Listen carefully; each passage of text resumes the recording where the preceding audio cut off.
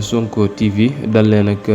jàmm ci seen chaîne bi nga xam ne saa bu nekk rek yéen a ngi koy topp di fi taataane lépp loo xam ne moo di xibaar dañuy wax jëm ci mbirum Fallou Fall ñëpp ràññee nañ ko lool moom Fallou Fall nag niki tey jii ca cour d'appel bu Ndakaaru moo doonoon jour bi nga xam ne waroon nañoo àtte ay mbiram maanaam daal mu jeno ak juge ngir mu àtte ko ñu xool ba xam Fallou Fall mii la ñu koy toppee wér na wala wérul ndax Fallou Fall dafay dellu prison wala du dellu loolee daal lañ koy renvoyé niki tey jii la woon.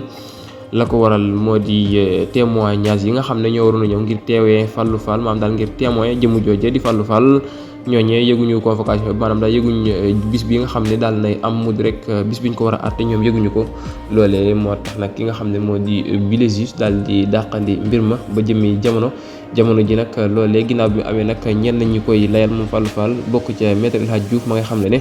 jàpp ne daal mbir mi ay tuuma la ndax tantam joojee ko jiiñ mbir ma daal nay daw waqit kenn gisu ko kenn déggu ko maître El Hadj Diouf moo daal di xamle kàddu yooyee ñu wax ci keneen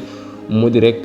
ki nga xam ne moo di Amadou Mansour Faye moom cautionné na benn kër bu toll rek ci une valeur de 5 milliards francs CFA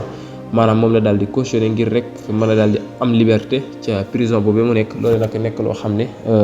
cour de justice daal da koy gàntal kon moom Mansour Faye va continuer à rester dans la prison moom Mansour Faye jamono ji nekk mag ci Marème Faye Sall waaye itam nekk goro ci ex président Macky Sall bi fi nekkoon ginnaaw daal benn kër bu toll ci valeur bu 5 milliards la bëggoon a jox haute cour de justice ngir rek mën a daal di bañ a dem kaso ginnaaw bi ko mandat de dépôt waaye loolee moom jamono ji justice maanaam daal haute cour de justice daal na koy gàntal kon Mansour Faye dafay wéy des ci kaso boobee ginnaaw ba nu ko téye moom nag lañu ko jàppee bokk na ci wàllum surfacturation maanaam daal di jël ay prix yoo xam ne état daf ko daal di fixé moom Mansour Faye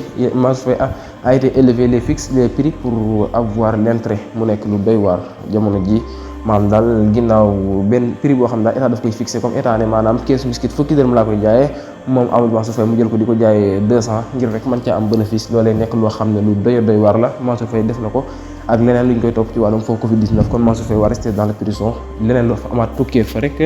ñu mën leen koo jukkil ci taalibi Sonko woy leen di abonné di ànd ak ñun saa bu nekk jaa ngeen jëf